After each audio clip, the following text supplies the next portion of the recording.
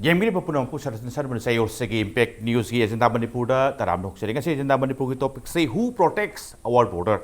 Equi Gingam Kasi, Karana, Ingai Havagi, Wapam Sini, Aduga Wapam Tolok Pasimaru in the Garang Maktas Holland Pai village, Myanmar Army Sing Sanchalakpa, Duga construction to Matusu, Manipur territory, the construction sing to Tingamba, the Wearuga even. Construction to the engaged over labor sing say men handle in the work over the Shopi Kari Wapam Lakpa Duga. Narang Katanate Tengang character Holland Pai village Sangakiba, Aduga Saba Kotpa, the even sometimes sawmill to Gaikiba, Duga border pillar sing Kari sing IT1 gi Quata Saiki, Adagi, so I the Sangakpa, border pillar Hongdome, Myanmar, Armina Haiba, Asikumba, Praza, Singipian, the Bukulok, Sikui, Takale, say Duga Maruina. 10 kilometer की fence से मणिपुर की lump से मरोन Myanmar objection तौबद की मणिपुर की territory Changan लगान मनुंगम the fence तौबदना मरम ओरकान द लम चाउन मांगबी फिल्म लाकपा अदुना लाई वाफम दी थेंखांग कैरेक्टर समाइन सुम थोकसना हंगै वांग दी कनानो खोगी border ngakpi senbiri bese habi wafam se chauna tholokpaduna ne ngasi ki topic se aduga khana janaba tanja oide gano singse aduga maroi ngasi lengchen biri guest singdi agi thing phambiri bese Roshan Moirangthem lecturer Langmeidong higher secondary school ne Langmeidong higher secondary ki lecturer ni aduga adugu sumathakta specialist in political geography ni ai ihan hamda Roshan bu taram noksari aduga Roshan gi oidi lengchen biri base Khuraijam Athouba general secretary United Committee Manipur ne ai Athouba su taram noksari adu yeta thangna phamine jari base Khogendra khomdram editor Sangai express te taw khon taram da oksari yanan base Roshan da lakjap tai maramdi ngasai gi political geography border gi kari gi wafam se political geography matang lakadongina Maruina in general the Manipur ki ngamkhai adudi karamba ngamkhai hare kana Myanmar ga thangnaba ngamkhai sing se maruina problems se ngali tana thokpa hite India Myanmar army changjalakpa pillar hongdo mi ade karim kanda Holland Pai village changjalakpa moi gi lamni sawa yaroina thugai ba kokai ba even maduda yum kai sabra senaba sing chupukda moina main handle to physically aduga even fencing chathagiba bisu sangli sangchina Praja Singh Maruina Manak Nakota border villagers in Chiki site protest or Lakuni Madudi fencing say the Singomati Myanmar object or Punamoro Markanda Manipuki territory the Changalagas Haramna huge Lenama Kogi Myanmar the Pitokiba Mang by Pum City. Swaggy area say overall Kamai Ubi to Tasang the fencing work like Rasu traditional boundary Habagi Chanapim de Dumlo Nedavangatani labor problems fencing dura labor problems say border do ngak ne haina le force to gi incapability dura kamai obligation international boundaries hakatna yamni bongda ka 1996 ki adi batung dei mathang lak patuna ikoi si 1967 gi adi adu matungda sum matang si akoi international boundary gi akoi gi si mai evolution ne masi matam yam changi bi thibi thoble basing dasu adu Holland Pai gi hosi ori si thangai sengna akoi gi boundary si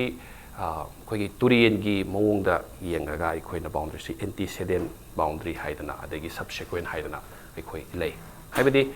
boundary na hanba settlement ko na lakba si akoi antecedent boundary ko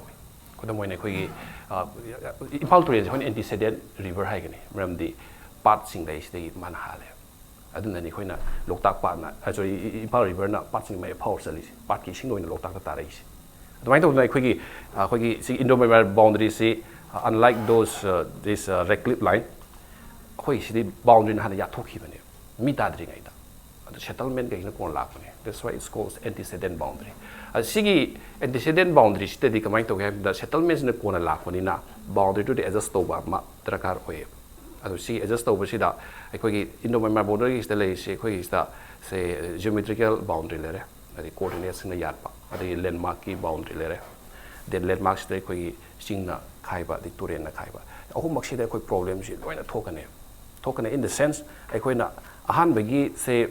hojiki Holland Pai harasi Holland Pai gi sida ekoi si boundary pillar ni 76 77 the boundary pillar is turning point sing ni turning point over si ekoi gi line of latitude longitude ta yat pane si line si invisible line ni koi kanam na ubna ti latitude longitude line si udabadi na demarcation ta udabadi na ai aseng ma jaga ji sibong ni de Burmese na sibong ni haibu du ma ekoi leite demarcation ta ude ba demarcation ta ba haibu si ekoi amu akoi na tawra sen to busia de mamdi mamang na chachana hiba delimitation du mu yeng batai adui matung namu tawdori ni ai wa khandadi delimitation da shu adagi previous akhoi gi definition da shu stage mari ne ba khoi boundary gi se definition tawani then delimitation tawani du demarcation lakni de administration laktori ni adu mapung phadoi ni boundary mi complete concept se adu da akhoi hoje holen phagi ji demarcation tawse ha si demarcation tawse ha matam da mamang akhoi gi delimitation du hangan mu yeng bisange muru chum da brai bisi adu thoroughly machine posima akhoi khara di hangan na satlaga yengchan ba madrakar oi adu ita ga di aseng buji khangani then uji situation ji da akhoi Indo-Myanmar border gi 1640 km sida akhoi Manipur sector da 380 ko mu lere 389 sida akhoi si problem si am thokane in the sense hana define dong matam da precise oi da kudamoina akhoi yenga si example masam ta haijage akhoi gi Chile ga Argentina ga si khairi si akhoi Andes singsangi maton si lawani the crest line of the Andes crest line of Andes is one of the best crest line cinema line ama dong na masina yai haidana khai giba 1881 the original treaty da adu after so many say 50 60 years sena myam thoe maram di to isi kaina Argentina Chile ga madu da ham da yat khiba khoi pi khiba khoi kano definition do precise way de singa mai be si crest line oina in reality the kilometer tai ni pang si sang leite flat oira kani tam mathak tu oira piaw ni ture amna cross tor kani nakal ma deviate to gini adagi gentle slope complexity of the folding mountain system na marom ga different problem here and there thol kane adu dani khoi problem lak toisi so akoina increasing definition of the boundary have si dakar oiba amne mamang da define phazana increase in precision laite taragadi problem ji thoine ture na boundary oiba ha si mamang da sui thamjagre turian gi mayai lawni midpoint of the river in 1920 da yanagi ba international convention da adagi navigable sine oragana turian dugi quite luba khongnung thalwagi sarok tu di lokhalaga maduda mayai da line chingani turian mayai da island lem da du kanai oini haibana chingba tuam ba rule miyam nei riba sigi toriba system singsi akhogi Indo-Myanmar border sida si amata inde si akhoi security point of view government of India gi di magi tungan ba system of the set they have a system for the boundary delimitation demarcation system for national interest and national preservation zati gi oina khallaga mokoi gi boundary demarcation gi tongan moi system am leizari miste khoi ne salaga thu hai bi yaroi adubu thu hai bi yaroi hai taraga su moi tori bu khudi mak tu di khoi gi state gi interest ta border peoples gi interest ta madu sholok taraga di state has also a major role to play aigona boundary gi hojik lariba different area da khogi Manipur sector se lariba khogi location and boundary oigera the coordinate boundary oigera landmark oigera atigi lariba mayam sing asida shoiba inata da mayam sing asi khogi state singi mihut nominee yawudabani the local people sing to gi yawragadi hen maying mudu proper demarcation ba sarak arai ba anak poi du hen khangdori aduga maroina technology sinaraga survey to udno mani aduga taseng na swaida tradition boundary kaina hek thirk taragadi lamdu ta tawa yapna tawa mi sing local men sing yahon ba mathau ta ne tab ne habde tu maruina border yena ba se Indo-Myanmar khaktagi wafam dinate yena ba hi thokti thui ayam matam da dum thui Indo-China so dum karim kanda security forcing nang haina ba adu fencing di leiba dinate adu karai no yana kanda line am the imaginary line am the lera kanda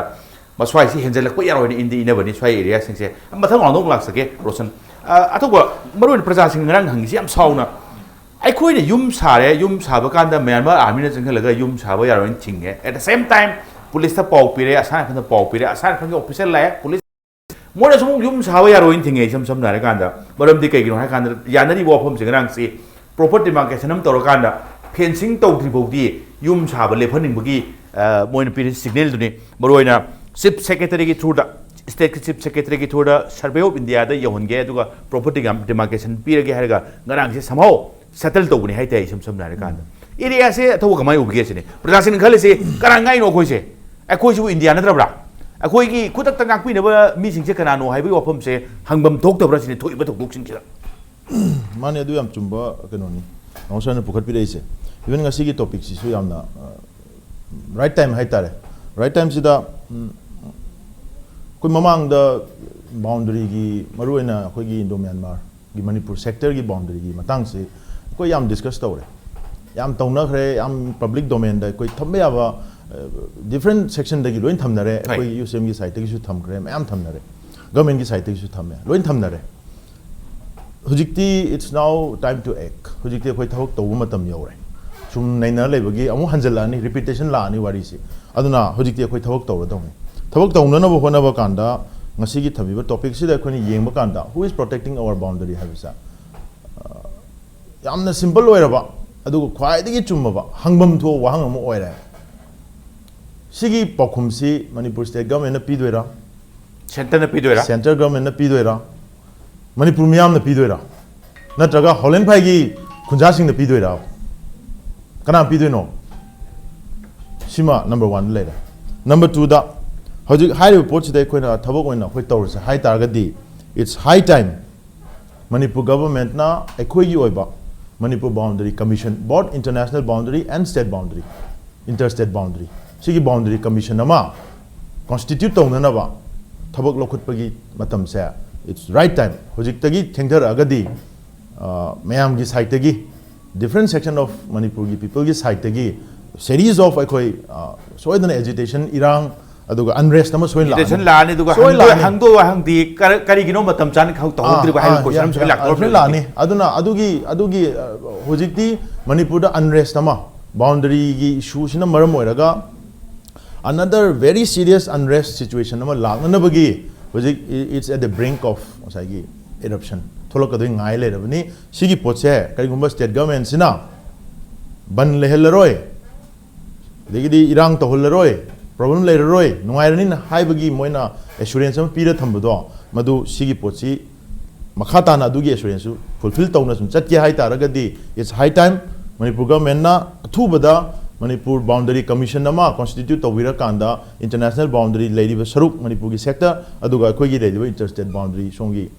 nagalega thanariba saruk singsa sisi ju punna khoi yengnana bagi athubada commission nama constitute tawagi tangai phadamam leire number 1 da number 2 da tamo sarna hoji hangbi khiba Holland phai gi hoji thoiba ana han gi thoiba thodok sida Assam Rifles na yengaga leiba mute spectators Myanmar gi sovereign country ani gi marakta boundary gi manung da changjila kanda aikoi gi khunja aikoi gi citizen da aikoi gi citizen du protect tongna bani han leiriba Assam Rifles amadi state force aduna atopa sovereign state amagi neighboring state amagi police force na changjila ga aikoi gi mida adung loba aggression yauna threaten tawdana adung ba thabak ama tawpa kanda aikoi gi police na defend tawdabase masi khwaidagi laibak thibana maram oira kanda sigi situation sina maram oira kanda hojikti Assam Rifles na haidana Indo Myanmar boundary line da akoi borders yengjana bane leiriba sigi organization se masi security force organization se masi validity se Manipur miyam da adugi matik handakrani aduga hairiba makoina ngarangi koigi Holland phai gi village chief ka faminara kan mokoina piriba assurance se mokoina tawni kana hairami se masidi moi ngaktang dugi irang du namthaba yana baita haibani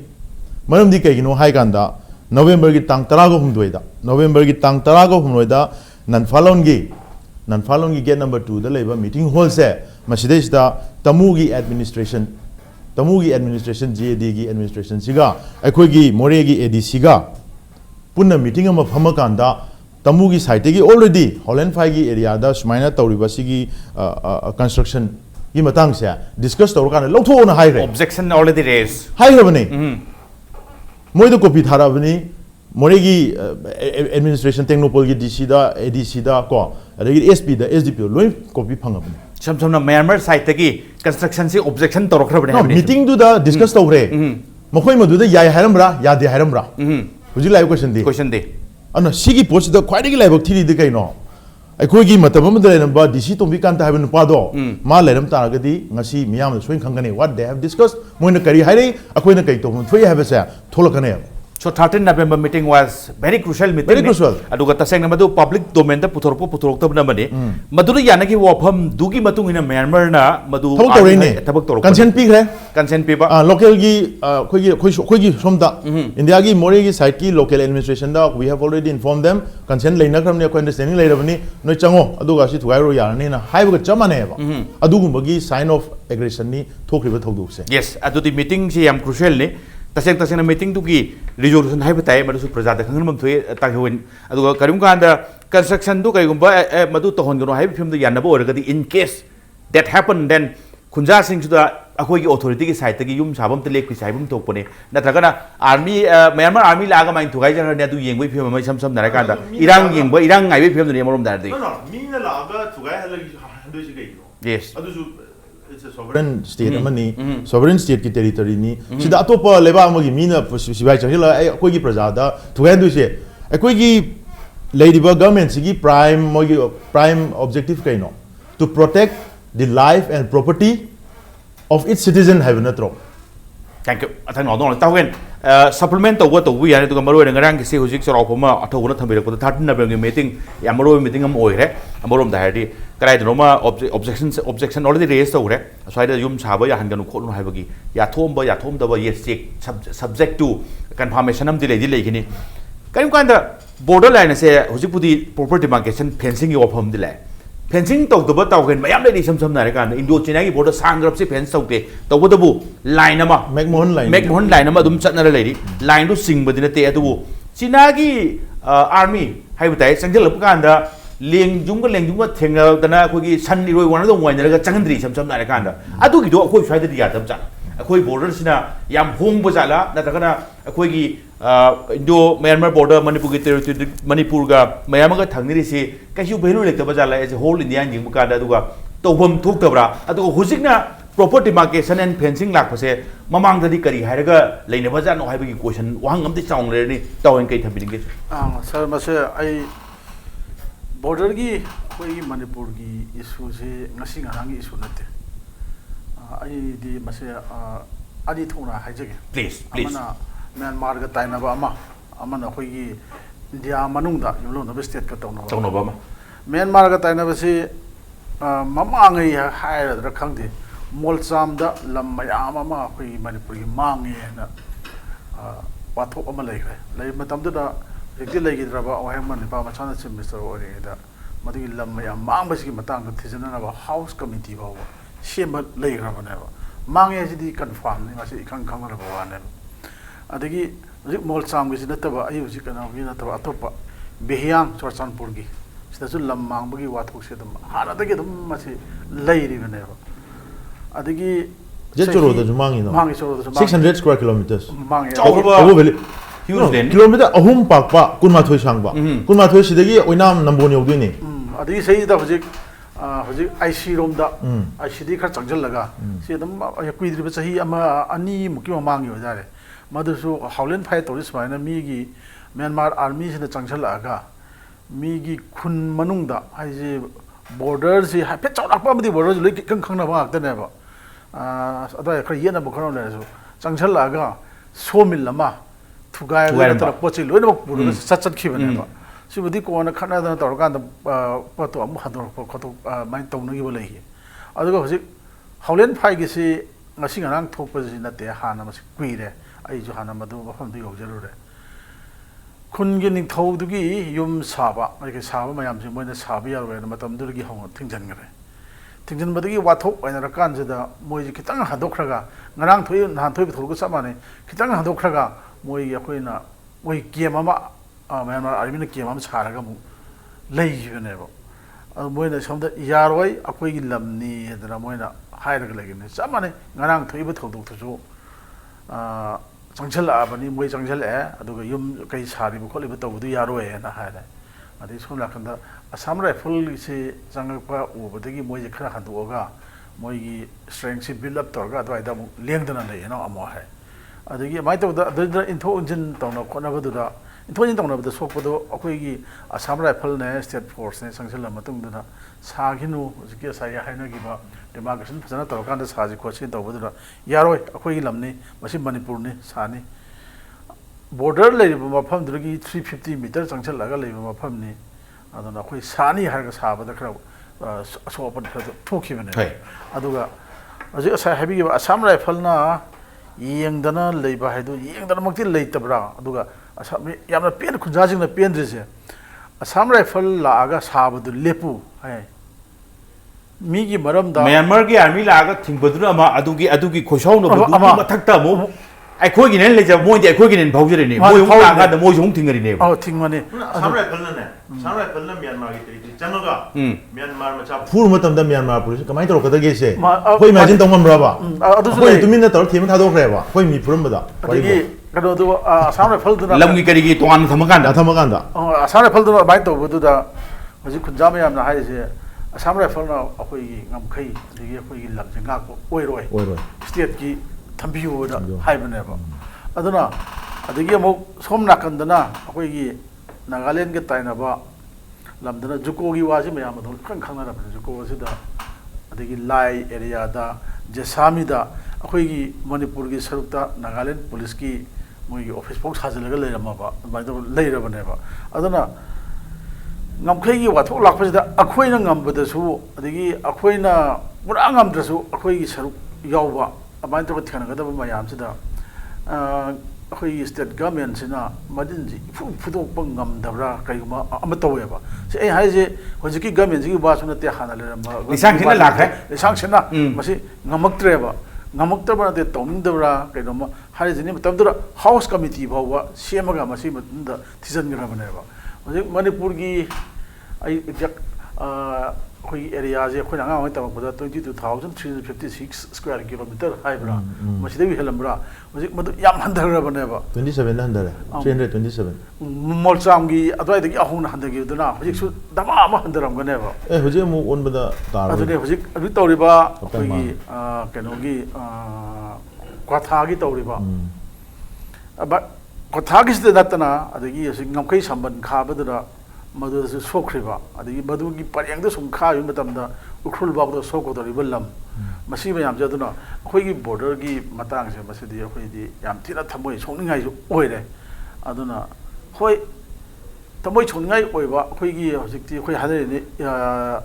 khoi gi lodi yum pham gai na khoi di am sathi ba khoi gi lam da solok pasidi nupi ngang haina adu noi tre na pa pandra bane adu lam da sok pasidi mi yam thina thamoi sok pa kano na sentiment oiba du ma kano na ba adu bo sang chena Manipur gi se akhoi manung da su mapan da gi su sum mang han la ga tumina sum yeng na sum le rakwa adi adu tawni ada tawni na torok pasidi masidi zumde sai Athouba na hai gi ba thabak on thokpa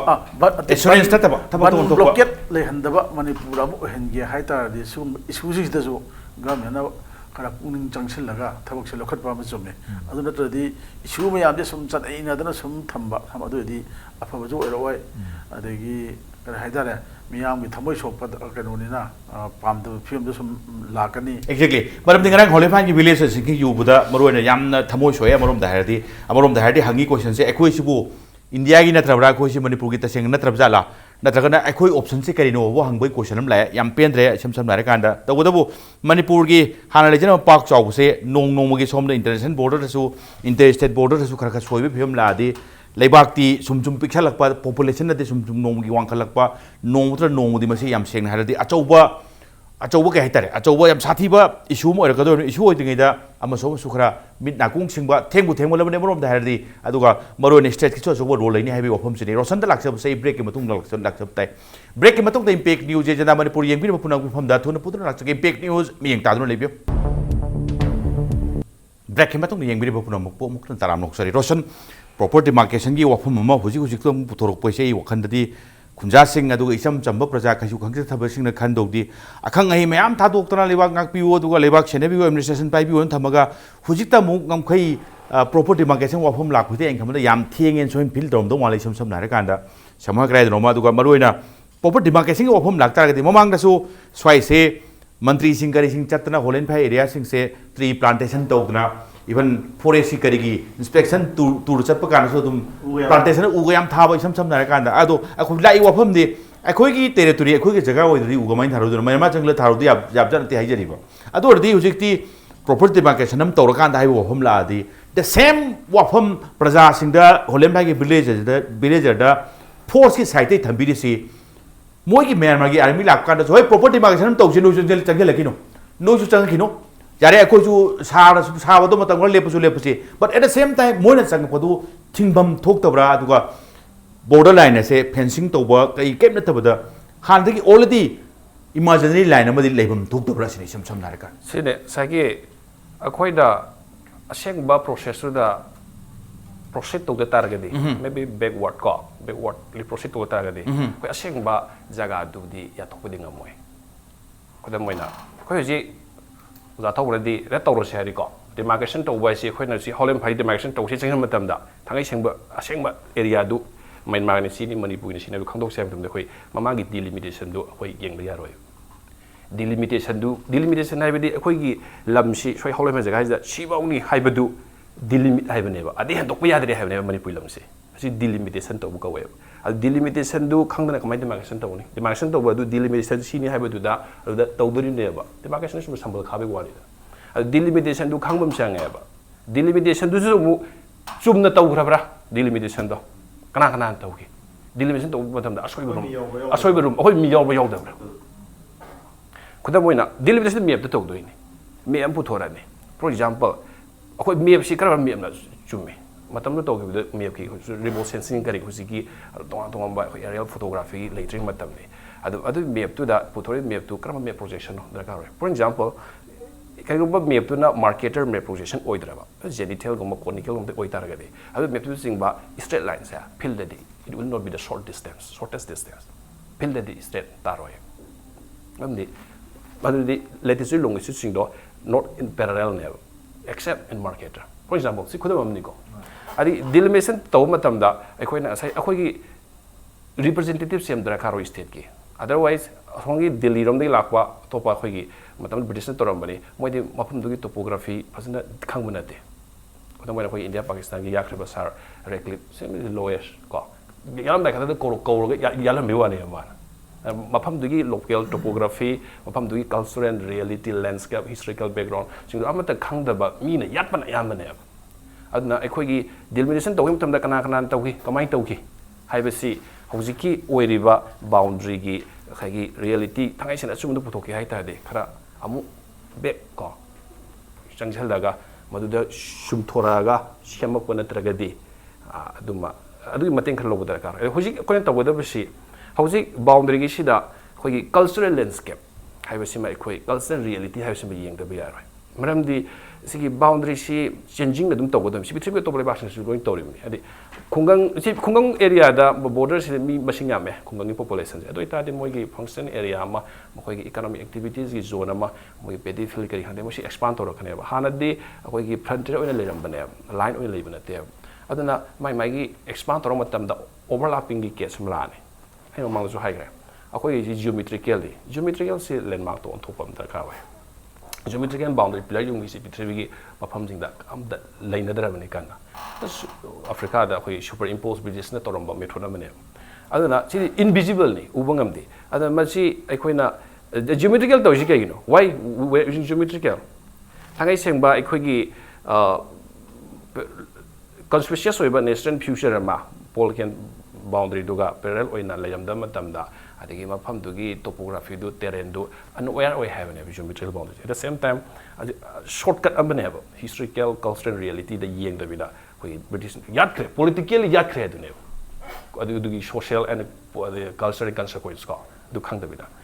operation di success oi gre patient di gyan da de dai adu gi ba ne ba aduna sigi posi koi sangraba Indo-Myanmar border sida koi leiba potni na adama si khajitang ai khoina khar khon academically khara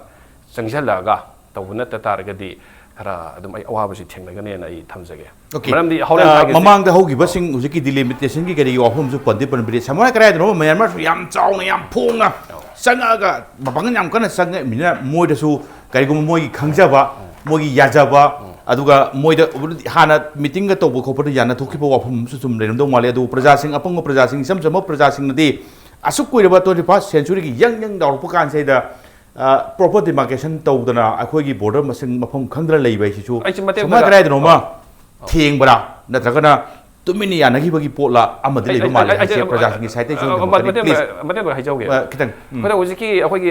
McMahon line हारसे McMahon line से अखोगी sir Henry McMahon नको 1914 दा माना याखरे मो यालिसी the crest line of the great Himalayas will be the dividing line हाइबन अदो हुजिक क्रेस्ट लाइन एज हाइग्रे को क्रेस्ट लाइन जी मोइना हाइबन द प्रिसाइज ओइ द बिना क्रेस्ट लाइन जी चिंगदोन जी परिंग ओइना लाइन ओइन उबोनी द तंपा ओइन लेबा को फ्लेट ओइ जगा सु यावे अदो मनि दोखलाम थोइदो दोखलाम दा जी लेंजुम थिंजनैदो प्लेट टू लेब जाने सिंगी मतोन दी ओइबा अदुगुम जगा दु प्रॉब्लम एराइज तवने ओके हले दोखलाम कक्ते नते मरुना होलेन फाइजु अदु ओवरऑल चरौना सुम अखोगी इंडो चीना की गरी बॉर्डर सिंचे दुम दोखलाम साइड नत्रसु दुम चंगपद दुम इन्नाबा खोनबा काउनबा दुम तौरी सम नारे कांदा अथोबदा लाक्सरब समय अथोबा खरा बॉर्डर की गरी मतंग हंदक सर्वे ऑफ इंडिया लाख खोपो उनबे मताम सुरे यस नो डिस्प्यूट ऐसे याम सेंगने याम कोमना नुगदे दुम हाइदी हाइबा अदु ग्राउंड जीरो ददी डिस्प्यूट की गरी मतंग प्रॉपर डेमार्केशन की मतंग मीना चंगा फुरमबई गरी मतंग कि सुम थोमिना अखोइदा निंगदोन पोंबा थवाई नुंगाइतबा पोंगनिंग नुंसिनबगी area am dum oidi ori ato boin thamjadingi semroina samhoya kara dino sina tainaba Pakistan tanaba dadi yam sensitive oiba aduga Myanmar som tainaba kan dadi yam sensitive chu oidaba aduga manungdo yan thokpa hidden ganom chu leibum chu em toba aduga karim kanda mayam sum hainari se is fencing si kaktana solution la haina hangbai question am chu thorok tabin nate adubu ai ngon dai side thamjado sidi fencing le tab pham da su line am di yanaba line am di leraga innari changpa yaro khoi kanone na haraga adu ai du swai dri innabi ya dab jala natragana fencing haraga di fencing gi yungu ga di masi only solution oibra sin ai adu please ato supplements loiram dai yorom na khara border gi kai matang se khara sanglo bi ro thoba number 1 da nahan gi ngarang gi thodok se Myanmar gi koi gi police na or army na yamna overconfident leina chang ise India gi territory da changa ga ekoi gi mi da ekoi gi citizen da moina tongning ba tawba ngam gi moi thongnam lai se kalai dino sin yes masi moi atopa leibak tong ngam gadra India da moina Myanmar gi army na Myanmar ga India ga yengna matam da India di emerging superpower ne hai ni Myanmar sina not even koi proper economic state lei tri hai ni lebak myam gi keno to bom oi lei ni ne adum bo lebak ki army na akhoi gi territory de changjal aga yam thongna phana tawri si kamai na no sini si Manipur myam akhoi khanmin no hong chang ya kai gi no moina thongna sam phari se India si moi kai ning khan ja no India na kari karai da kai yan ba India si moi kai to bu yani khalin wa wahang ama number 1 da lere number 2 da ngarang gi thodok si chumnagi paper da amo Sangai da kai da when da kai da headline da yaure haidana adu da koi khana regulation bi yaroi maram di mafam du da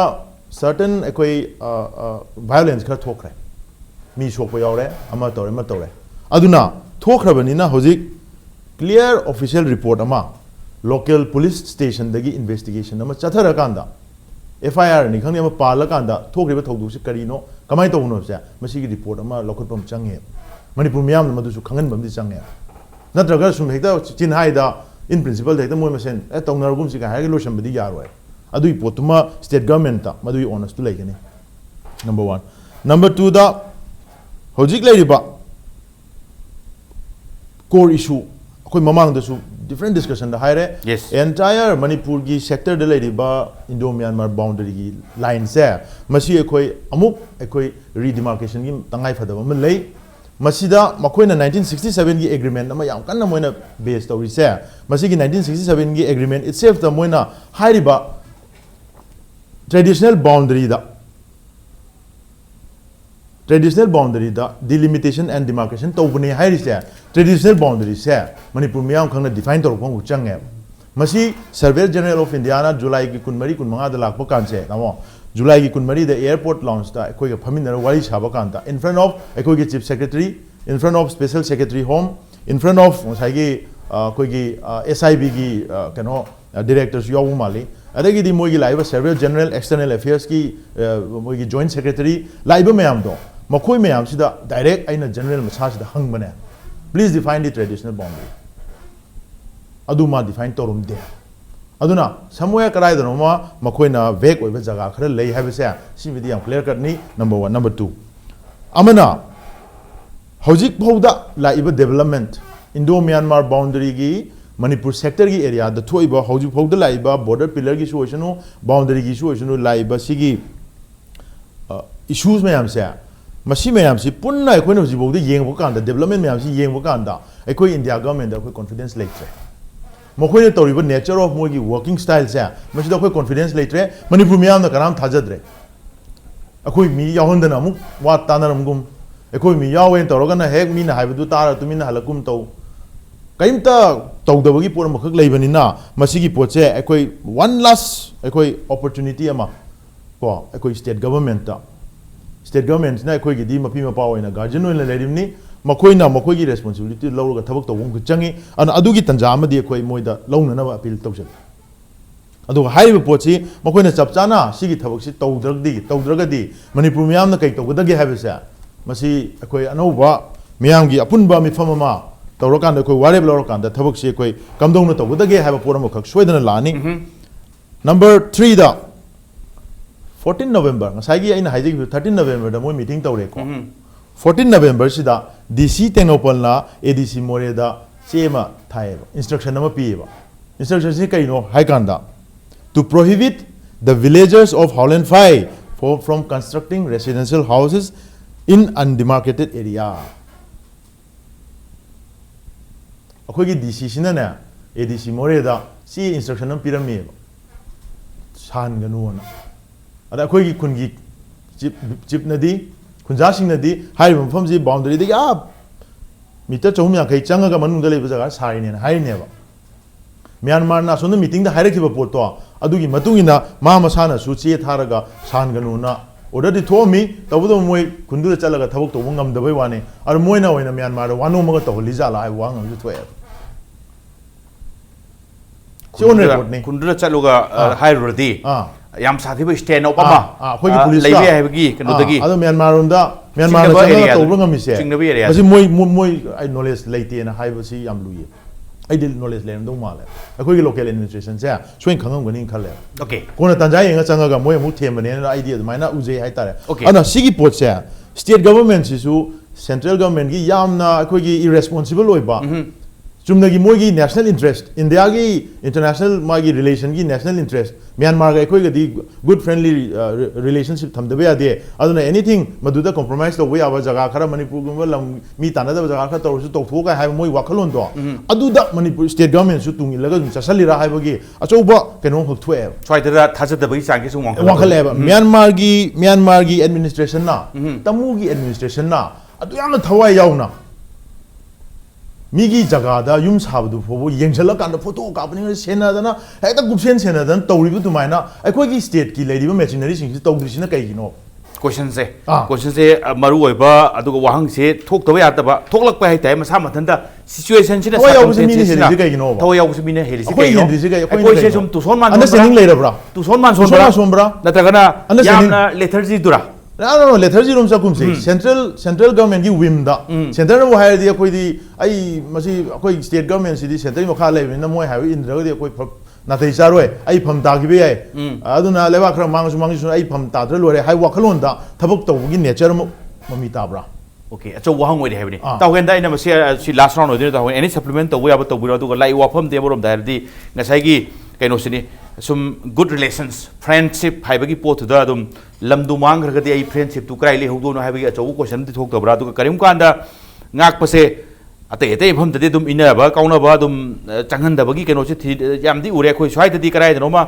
khara yam soft stand noibra natragana kainom di le re sam da kan prajana hangi ba wang singche adu tawgen so far as ngasai gi border security border kari protection gi ohum la kan da me am haine assam rifle se moi hojik pudi moi da piriba tak se counter insurgency gi operation chuni aduga india khoi gi northeast di bangladesh khak natana atai singji asai rifle ngak pani haibagi keno ni border se sam da kan adubu mayam sing ki da haire ibo opinion se but not effective in handling border related issues haibasi dum highlight asigi potam so haidi demarcation na mani ko but matam tu ki demarcation se tawtringai da harati demarcation tawtringai da ai khunja to so hairo at the same time atop international ki kanguru su sang putai demarcation tawtri no su sang kano haibam thok to bra sini tawen kamain thambi ninge sini sigi se samai to ai sai jo hajar ne Howland Pai Togbook Handaki Ngarang Hangisina Hanman at Table. Sub Manaba incident say Hana say any Mukima among the Ahum of Rank Kale. I adragi Howland Pai is has salary, I do it to Tokumatanda. Kungi Tozigi I said that no I never Howland Pai say Mayam Kanang on the ICP in a side of Sidagi, you have locked about Ingana, Manak live upon it. Yamna Maru Mapam never. Howland Pai have a Kunsimaxu, Yamna Fajaba, Yamna Wang daba 10, Yapam Mapam never. See, smart city was Hanan, I never. See, me Yam interest level Mapam Haidare. The Mamang Chahi any Hungi Mamang, there's a Saban about Tolamava. Matam to the Akui Lamni Haidana Mayamsi Yaraga, Haribulamsi, Myanmar army Satuan given ever. Kun Nintogi Yum Krasabada, Myanmar army junction laga, Mona Yaroi Haidana, but I'm just about to talk Ravaneva, Krasiduan Bazu, Lake Ravaneva. I don't know, so my incident Hana, the Lena, and the two Amutuan Basi, the Yam Sharatchandra I was the am saying it. I think more Sagi border Nakpagi Wado. High with delay, one border, one force kind. The Agi border will never for some kind of Nakani. I do say high was right now. Border Ganga BSF and the Bokwe Manipur, the insurgency issues, Maryland, and Assam Rifle Mayam Zilla. I was a minor border Nakwi Tabaksu. Assam rifles in Adam Tore. Although Assam rifle na border up with Tabakshida, effective in a dog day, high city, Howland fight in the Nate, Assam Nakanda, I see on the talkie book of my arms later of never. Miam Tajan at the I do the book later, I do some Tabada as a subject to correction. Some rifle mode Sindoanaba, Aviasam Sinanaba, Aduma Tarang Tori, and I have the time. Adigi Athouba from Amana, Serena, Hapetsu, Panium the Torre. Huigi Kaidare, Simadi, Aigi, subject in Nate, Adu Masadi Canone. Chinaga, Myanmarga, Lainava Mari, Masina, Huigi, India, the Kiningai or Film, Lapa. I said, I can't count of one, it's in Nagi base, Mayam, not Sagat Kraman, Yam Aduga. Mandre Aduna Yok Yam Nakshana, the Murgi Threat relation to Yam Hena Pay. Here in the Pavila, Manipurgi, markets, the posting Sinai, Yam West 11, through Myanmar, the Lap. Aduna Sinagi Engelsi, Indiana, so Yam serious in a low mal. Aduna Myanmar Zibu, Moisi, Pin and Naba, Indiana, Dagomena, Myanmar, Gamensi. Yam Pelalaga, Mayam Kanga says the engineering equipment Mayama, machinery, heavy machinery, road construction, bridge construction, Yam P. I think Nomai Mayama P. Indiana, Myanmar. Aduna Myanmar si Pelalaga, Mari Indiaga, Ganoga, Myanmar, Mari Helaga, Sinagi, Mari, Tuina Bohonaba, Adum the Engel Lamas Leva Male, Gariganoda. Mayamna Kangare, High the Kakana Haning the Atopa, Ishumaya Mazu, Larkanda, Indiana, Myanmar, Penny Pelalaga, Pela Boidi, Myanmar Yara Bodi, Minusi, the poor Bodi, in the Yagi film, the crop funny Gaina Kanba, Aduna international kind of the relationship to kind of marine of film Manba. Aduna,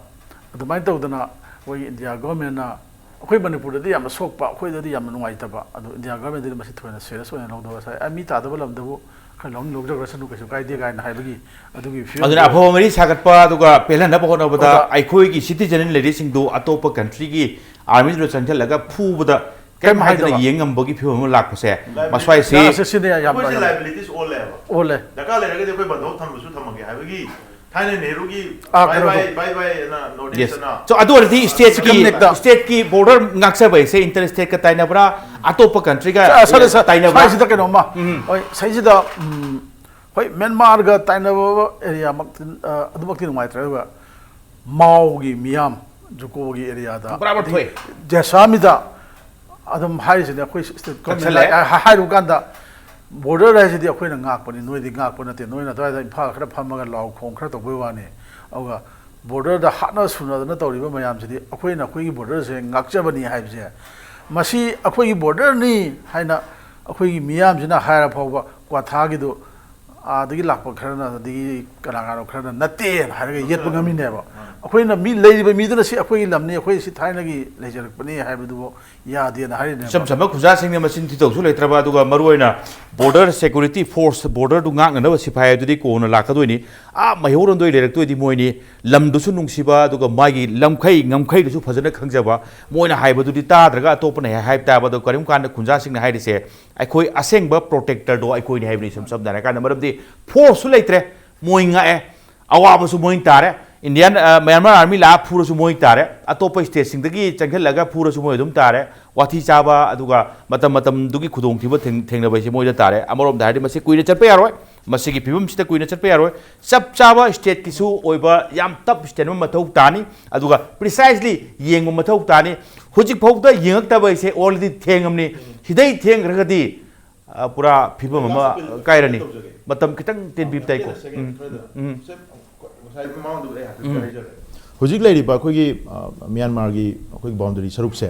masi government of India da koi na pura hekta sin thok se masi na di koi thabok sima pum ma phaba ngamoi ha basima di ai khaki ban te koi khudimok ta Manipur miyam da leide aduna masi gi pochi koi coordinated effort ama koi state government su kitang proactive oina state ki boundary gi matang sida sida thabok khara mi yeng chang na ba tongan ba moi gi arrangement khara tawra kanda aduga